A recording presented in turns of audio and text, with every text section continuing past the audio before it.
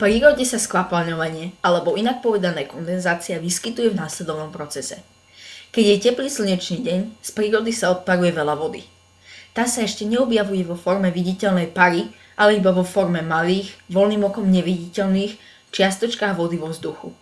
Ak potom nasleduje chladná noc, čiastočky vody vo vzduchu sa následkom chladu zrážajú, kondenzujú a vzniká viditeľná vodná para, oblaky, v ktorých je vysoký obsah kvapiek vody.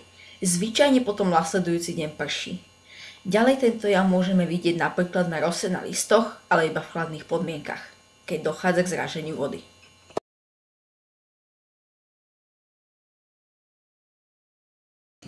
V tomto pokuse si ukážeme sneh daný do vriacej vody.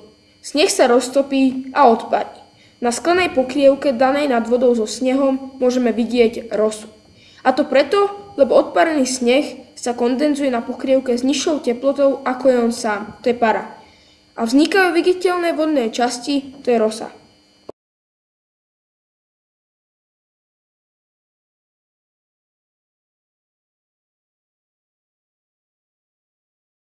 V ďalšom pokuse uvidíme vriacu vodu, ktorá sa odparuje. Tá sa potom skvapalňuje na pokrievke, hrnci a môžeme vidieť viditeľné kvapky vody.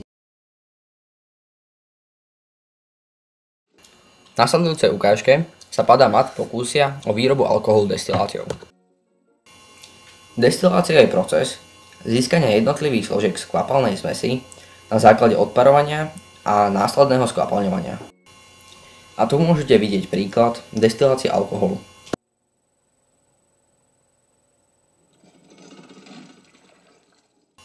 Zmes kvapalín sa dostáva do nádoby, kde sa zohrieva. Potom sa odparuje alkohol. Odparený alkohol sa dostáva do chladiča, kde sa skvapalňuje, kondenzuje. Po skvapalnení získame destilát. V tomto prípade je to čistý alkohol.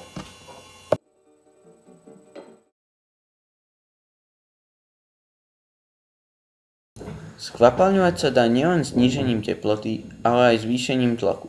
Typický príklad je propangután, je to plyn, ktorý sa tlakom skvapalní a používa sa ako náhrada zemného plynu na kúrenie a varenie, alebo na alternatívny pohon aut alebo ako náplň zapalovačov.